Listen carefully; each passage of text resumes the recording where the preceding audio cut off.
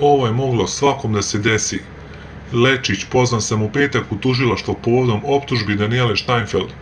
Glumac i političar Branislav Lečić dobio je poziv od Višeg javnog tužilaštva u Beogradu da u petak da iskaz povodom optužbi Danijele Steinfeld da ju je silovao.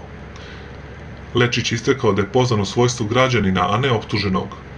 Naravno da ću se odazvati pozivu tužilaštva. Ja sam u medijima već osuđen kao silovatelj, monstrum, nasilnik, predator, podlac, licemer.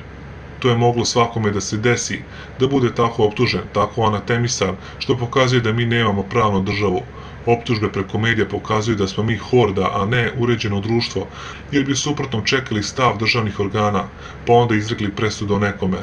Postavljam javnosti pitanje, da li jedna i druga strana u ovom postupku imaju pravo da kažu svoju istinu pred pravosudnim organima ili su mi mediji već zakazali javno streljanje, a ja samo treba da dođem u beloj košulji i da me javno streljaju, poručio Lečić. On tvrdi da sa glumicom nikada nije imao ni ljubavni odnos ni seksualni, a pogotovo ne da je bilo silovanja.